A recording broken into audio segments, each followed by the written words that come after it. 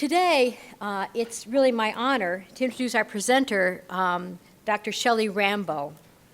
Shelly Rambo is Associate Professor of Theology at Boston University School of Theology. She received her PhD in theology from Emory University's Graduate Division of Religion, as well as a master's degree from Princeton Theological Seminary and from Yale University. Shelly's a constructive theologian. That is, she engages the textual tradition of Christianity with particular attention to kind of the postmodern and literary critical fields. Trained as both a systematic and a constructive theologian, she's interested in how classical themes in the Christian tradition interact with and very much inform contemporary discourse and religious experience.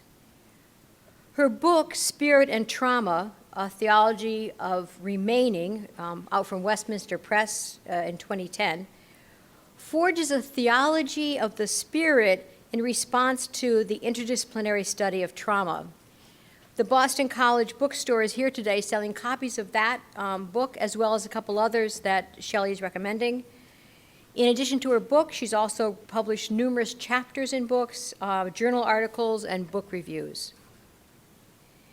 Shelly Rambo is a popular and effective teacher and presenter. Her teaching and research interests include feminist theory and theology, postmodern theology, pneumatology, and trauma studies. She is also one of the faculty leaders in BU's Religion and Conflict Transformation program.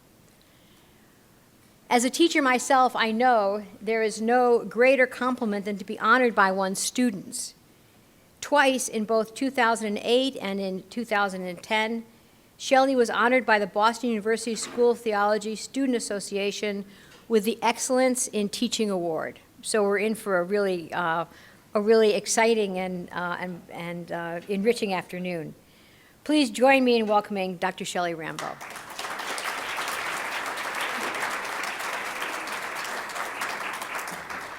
Thank you, Jane, and thank you, Melinda. It's really a pleasure for me to be at Boston College, just down the green line from my own institution, and I've had several opportunities to speak at Boston College, and what's delightful about it is that for the most part, theology is in the bloodstream of folks here, so I don't have to do too much explanation about what a theologian is or does, and that's somewhat of a relief. So I'm going to engage you as persons who are interested in trauma, but are also deeply steeped in traditions of faith and working in and outside of out of theological frameworks that I'm going to provoke a little as I'm talking. So I want to just open up by letting you know that the topic, the title that I gave is really what I'm aiming to do, and I hope that I do some of that, which is to really give attention to the experience of trauma and to think about how persons of faith can better engage traumatic experience and its aftermath, and also to think about the promise that faith brings to persons and communities who experience trauma. My guess is that most of you in the room think that there's some promise of engaging trauma from faith traditions, even with a lot of the problems that faith, the language of faith brings for people. Most of you are working at that intersection. So when I give talks all over about trauma, I always start with what I call the natural resources that we have for engaging trauma. And I think I want you to have today two natural resources kind of in the pocket while I'm talking.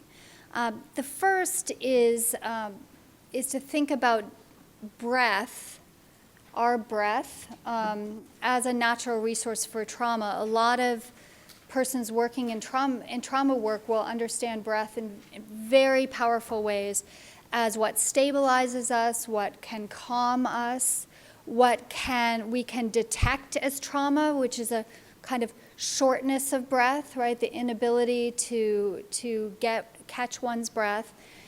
And so often I like to start people off with thinking about breath, right? When we're born, we don't think about breath, we just breathe. Often as adults, we have to relearn breath, right? Relearn that very natural gift that we're born with. So I want us to think about, as I'm moving through the material, some of the language, and I promise you no images will provoke you, or hope not intentionally. But that if sometime in the talk things feel unsettling, I want you to have these two resources. So to think about a simple 3-part breath. So I'm going to invite you into a breath exercise that is so basic that you don't even have to count to do it, but I'm going to count. And what I'm going to have you do is, some of you will want to lower your eyes, close your eyes, and to breathe in for 3 counts, to hold lightly for 3 counts, and then to breathe out for 3 counts. So what I'm going to do is I'm going to lead you into a couple sessions of counting for you, and then you can go where you want from there. How does that sound? Okay. So I invite you to breathe in, 2, 3, hold, 2, 3, out, 2, 3. In, 2, 3, hold, 2, 3, out, 2, 3.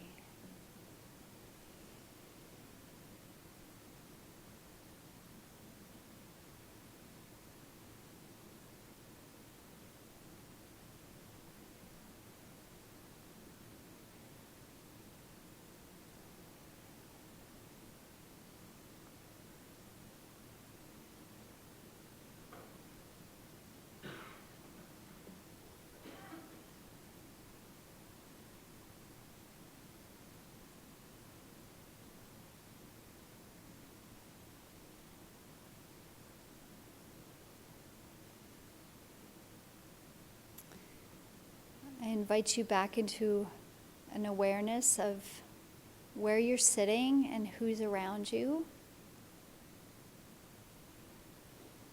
Some of you don't want to come out of that. I'm watching. So that's a natural resource. There are all sorts of different breath exercises. I could also theologically make your concept of breath very rich, right? Across the traditions, you have prana, pneuma, ruach.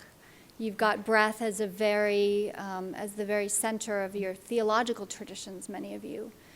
The other in the pocket resource that we have is delight. What a great word, right? Delight.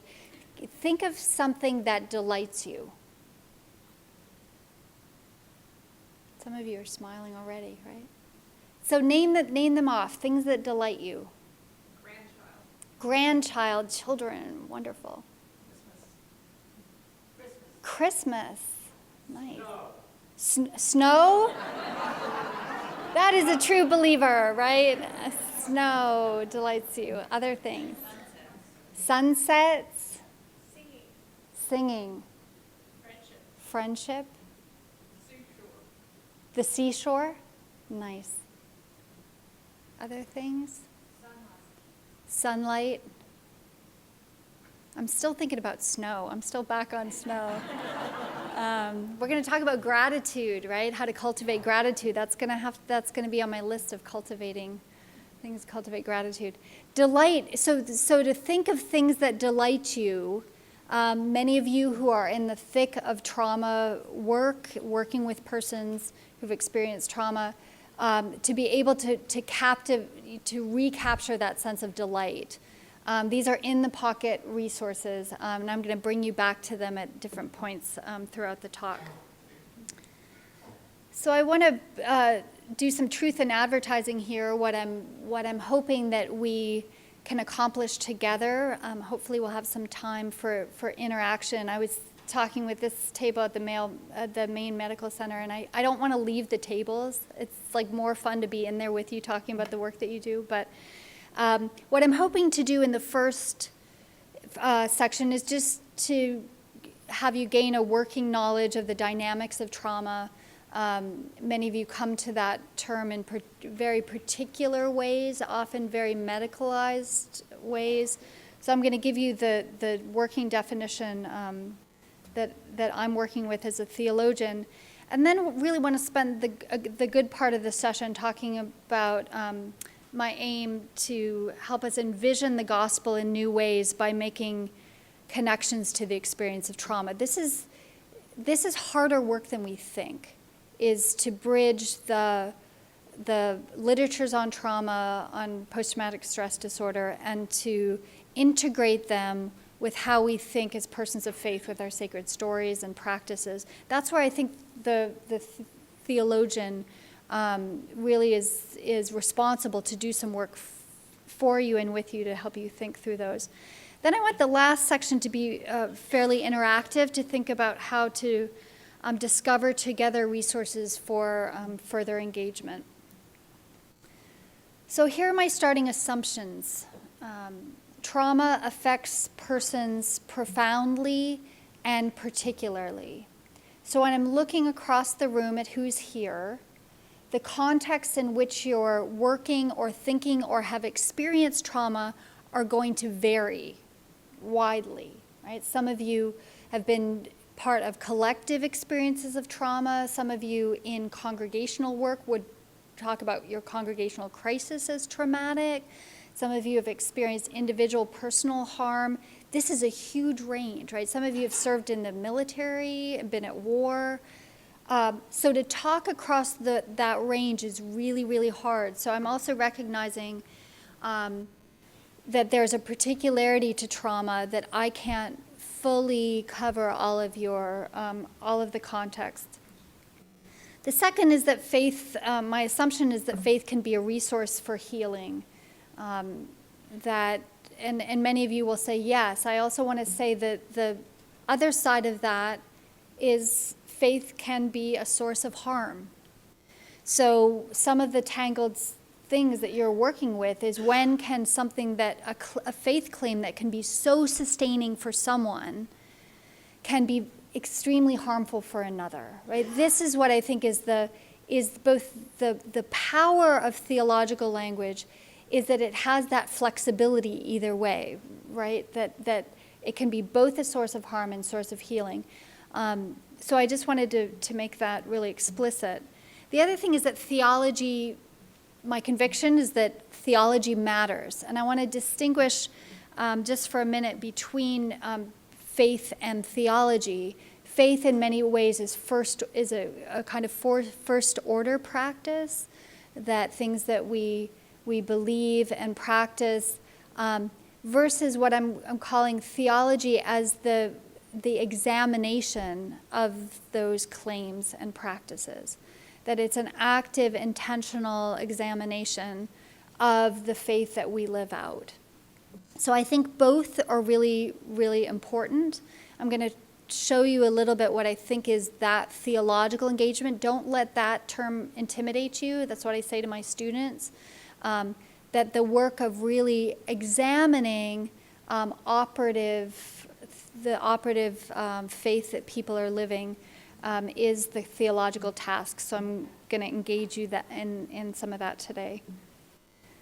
So the question I think that you need to ask as I'm moving through the material is what brings you here? And I have had some inquiries from people who have specific reasons why they're here and have specific things that they want to hear from me.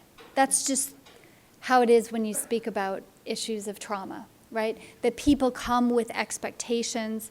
And I think it's really important for people to name that, and at particular cycles of our life. I've taught issues of trauma for 10 years. That teaching has changed depending on also what has been going on in my life, right? So that what brings me to this study changes as my life changes. So what assumptions are you bringing? And I think we'll give some time to think about how those can be held by the table, by those at the table that you're sitting with. I'd love to just interact with all of you. But we don't necessarily have time for that unless you want to stay till 10 o'clock tonight, which I'm imagining is a no. Okay. This often, Ken Pargament is a scholar who does a lot of work in spirituality and psychology, and I know some of you use his work. And he started off one of his seminars on spiritually integrated psychotherapy by saying, he used to give these really long definitions of spirituality, right? Really technical, because he just wanted to, the more he studied, the more he wanted to make sure that people understood where he was coming from with the term spirituality. And he said, I quickly realized that was really not helpful. And the language of spirituality, he said, is the language of metaphor. And that now in his teaching, he just uses a lot of metaphors. I thought that rings very true when we start talking about how to define trauma. So I often use this image of the iceberg to talk about what I think is really the enigma of trauma, or the enigma of human suffering, is that a lot of what we're talking about when we're talking about trauma is what does not appear above the surface of the water, right? So what we see in persons who've experienced trauma is not really that it's not terranean, submarinal? Is that right? Is that the proper terminology? Right? What is going on often is under the water, and what we see is usually that tip of the iceberg. So the question becomes, how do you attend to what you can't always access, what you can't see? And a lot of the work in trauma is a kind of unknowing, unseeing, it's a negation. So how do you as practitioners engage what is not readily accessible, right? So I want to just say two things as I'm moving towards giving you somewhat of a definition, is that there's no neutral study of trauma. I found this out through 5 years of teaching a trauma and theology class, and it's amazing the trauma that's in a room that is submarinal. Nobody's telling me if that's the right term, so I'm just going to keep using it. That what I realized is that there's a lot going on in that classroom, and Anthony was a student in one of those classes. There's a lot that people bring into the classroom that you don't see. That's just standard as a teacher, right? You don't know things that are going on in people's lives. But especially when people decide to take a course on trauma, there's a lot of reasons why they do that, and a lot of reasons that you don't know. But it's really I have a strong sense that even the word trauma, or the study of trauma, there's no neutral study. That by virtue of being a person in the world and moving and living and being in the world, trauma touches you.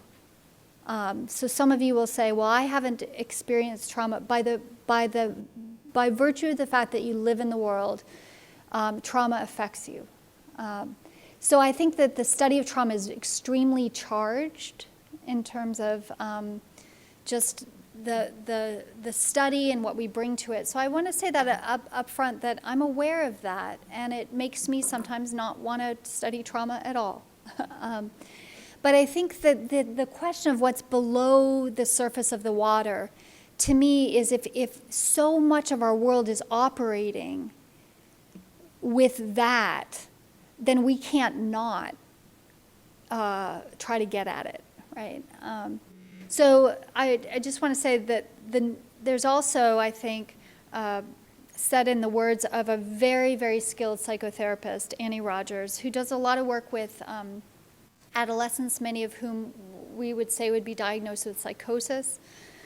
She makes this claim: there's no expert on trauma, partly because of the profound work that she's done. Is that every time she thinks that she's got her handle on it, it slips away from her. So I think some of you who do that really intense work with individuals who've experienced trauma could say this, that the more that you work does not gain in expertise, but gains in two things: the mystery of suffering and the wonder of human persons, that they can move in the world with such resilience, right? So the study of trauma can be the most daunting and depressing, right?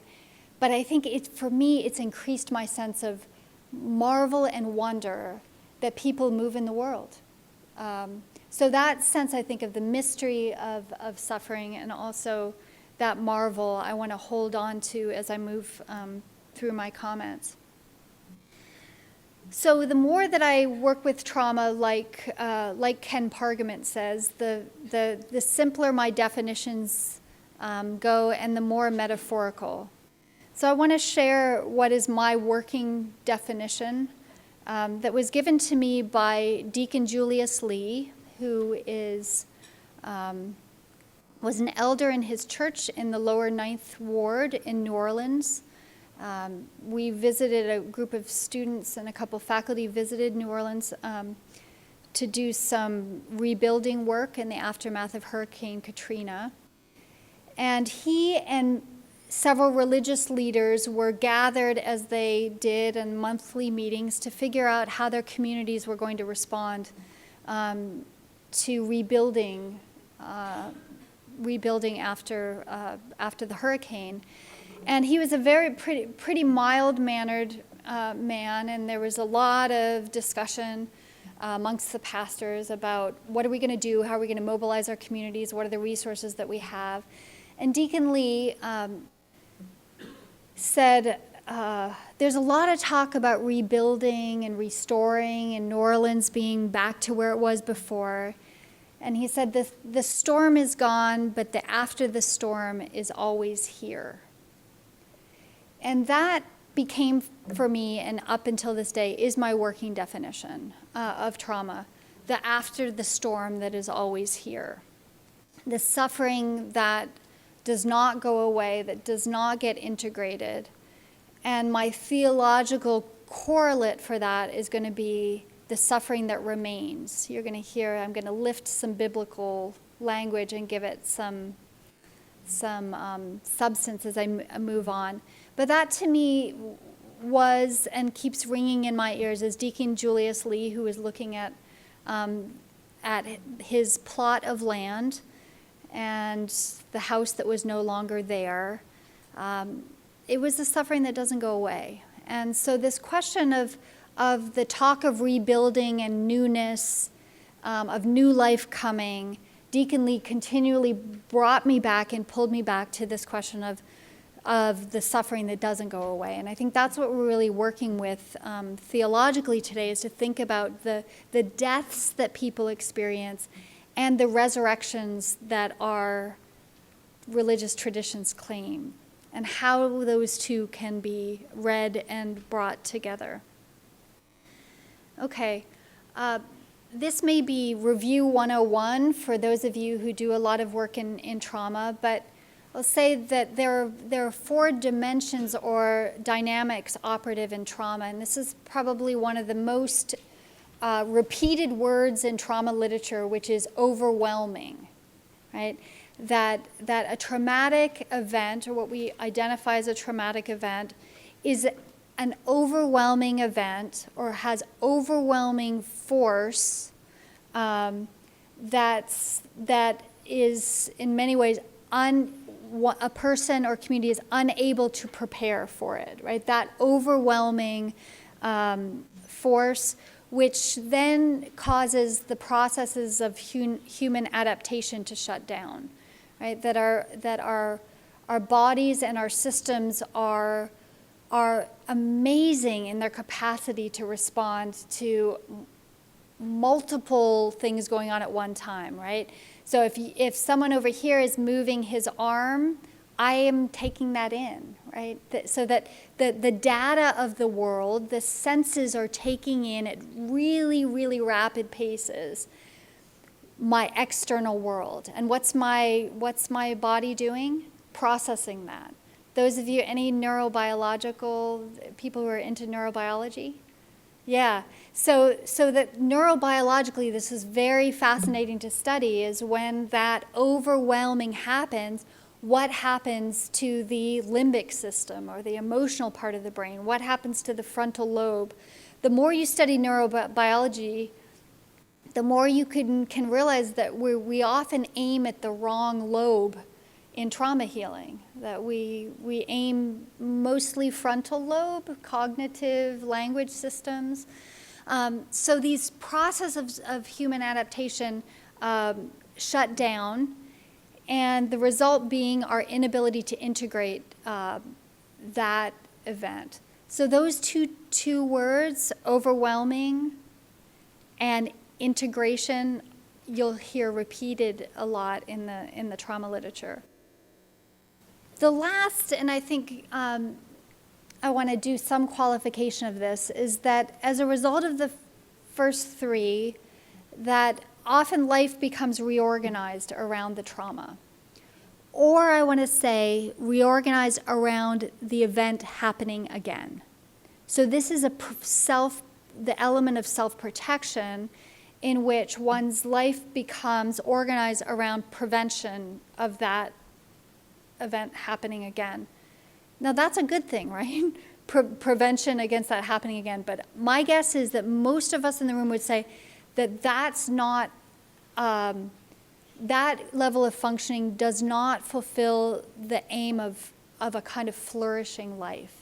You see how my body even took that position, right? You're protecting yourself from something happening again, which, what, body posture? The openness, the question of the openness to one's world, the ability to engage more broadly if one is, what? Tucking in and protecting. So these are four general dynamics that you could identify as part of what we identify as trauma. Now I want to distinguish, not everyone who experiences trauma is diagnosed with PTSD or has PTSD. So I also want to say a little bit that the trauma that people experience does not always end up in a diagnosis. So the question of how we think about these dynamics of trauma, I think are important to think outside of our purely medical model. I'm going to press that as well, because I also think we can talk about wars using these dynamics, right? So we can talk about individual trauma, but I also think we can talk about overwhelming experiences of an event that cause systems to shut down and nations to be unable to integrate events. This is where I just went historical on you or national on you. Can we think about wars as unintegrated experiences of suffering that, what? Then life becomes reorganized around that happening again. We can think about war in that way. I think we can think about more collective trauma in this way. So these are diagnostic dynamics that I think can be moved from just an individual to thinking more collectively, nationally, globally.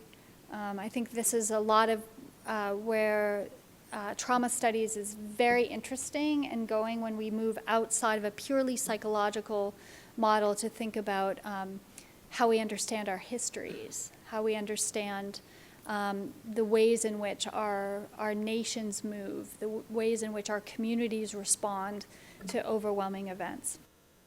Okay. This is also a nice working definition from Peter Levine. I recommend this book, Waking the Tiger. He does a lot of work around somatic trauma. He and Bessel van der Kolk, another big name in the trauma field, will claim that trauma is lodged in the body, and that to deal with trauma or to heal trauma, you can't only be aiming at that frontal lobe, right? You can't only be aiming at accessing the experience and language. That really a lot of the shutdown happens in the body, and so body work is needed. Some of you, I think, are active in doing some of that kind of expressive body work.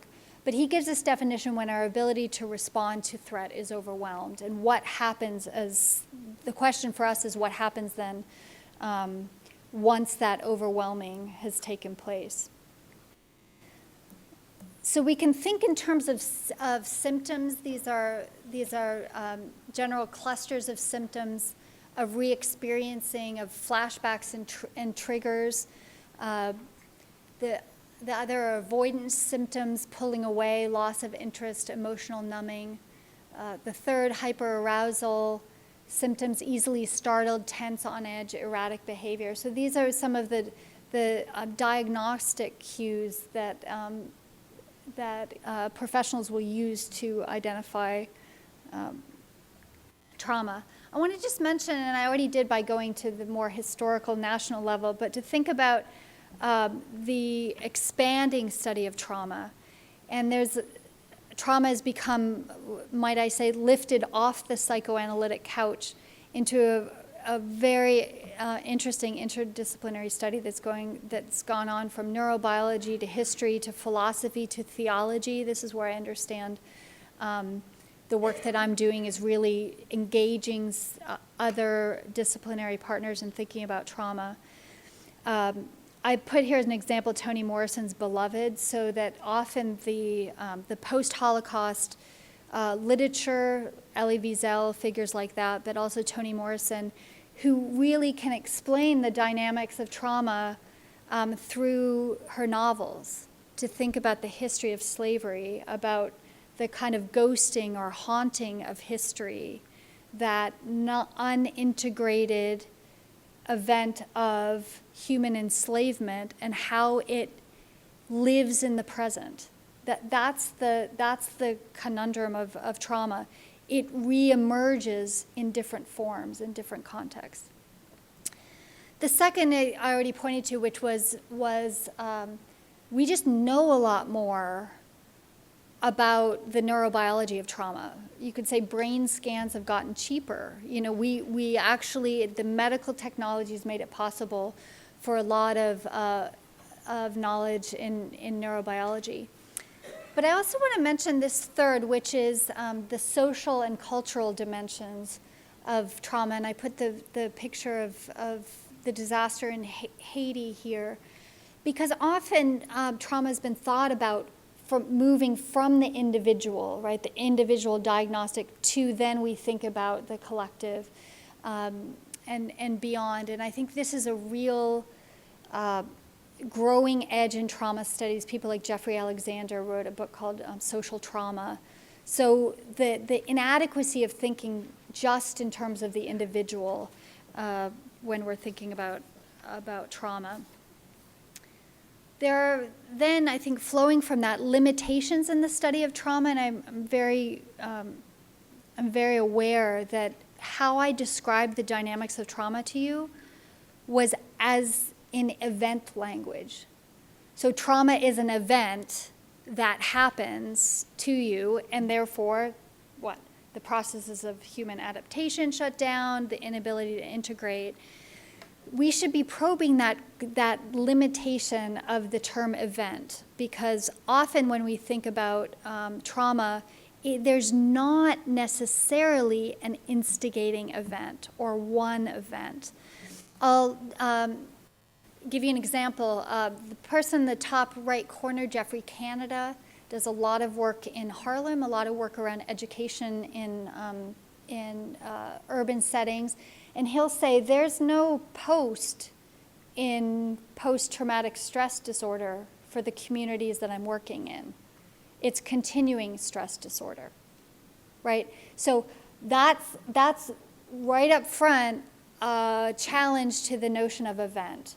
That how do we think about things like poverty? Is it an event?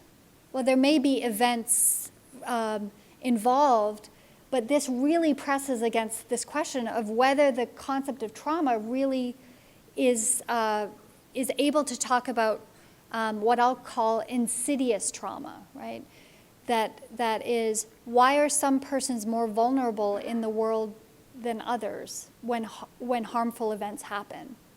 Right? So we're talking about persons who are already vulnerable, but when events happen would be what? More resource deprived in terms of the resilience. So I think this is one of the growing edges in terms of how we think about trauma. The second is that most of the data that we have, most of the literatures in trauma, are located in a white Western European model of study. So how well does trauma travel? It's a huge question. When we're thinking about how that term makes sense in other cultures, are we exporting the concept of trauma to other countries? This is, I think, a really huge ethical question about when we're thinking about care.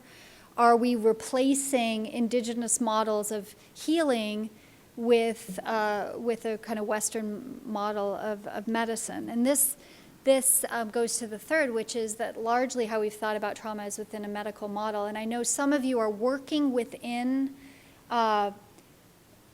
medical institutions. You're also wrestling with that, I think, to think about the role of spirituality in care. So you're already at that edge with me to try to think about what can happen in terms of trauma care within a medical model and what can't. Okay, the new normal. That language is kind of all around, right? When we think about the aftermath of trauma, there's been this question of whether you can, I'll say question, about whether you can ever go back to the life that you had before. Most of you who will say no. So that often that term, we're living in the new normal, is an awareness of an inability to go back to some place or person that you were before. And the question of the challenge of life in the aftermath is really the territory that I'm now going to move us into. This line from Susan Bryson's book, a really great, really, I think, powerful engagement with her own personal experience of trauma, but also as a philosopher. So I highly recommend this book. She's thinking about kind of from those two sides of her own life and identity. The line between death and life, once so clear and sustaining, now seemed carelessly drawn and easily erased. This, to me, is, I think, the huge challenge in thinking about our theological claims about death and life. If trauma is an event, let's say an event of death, right? Experiencing, many will say that a part of you died, right? A part of you, your assumptions about the world were shattered to such an extent that you can't go back to who you were before. The question is, what's the nature of life following that? How do we think about life in the aftermath? So how do I live? How do I live again? Okay, I'm going to give us a pause, stretch break, unless anyone has a question. Somebody want to? I'm moving from that was my kind of overview. We've got microphones in the back. Does anybody have a question before I move to the next section? We're good? Okay. I want us to take a stretch break, which would be 10 minutes. 10-minute stretch. For some of you, this will be a time to refresh and you'll just kind of move away. For some of you, you're going to want to check in and see how your body feels. Is an image or idea lingering for you, or gratitude? So come back in 10 minutes.